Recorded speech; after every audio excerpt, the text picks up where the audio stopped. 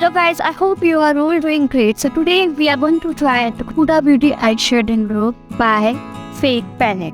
Yes, I bought this from Flipkart and it is amazingly pigmented and buttery soft. I'm going to start with this peachy sort of transition plus base color. Then take a bit darker color to darken our outer V. After we will follow it up with another darker shade and create a sort of wing to lift the eye.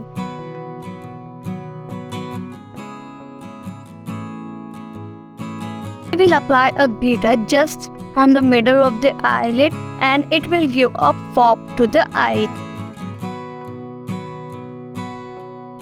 Repeat the process of eyeshadow for our lower lash line.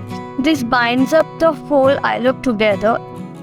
And we will finish it up our look with some mascara and tiny eyeliner. So कैसा लगा आपको ये I look comments में ज़रूर बताना and don't forget to like, share, subscribe the channel.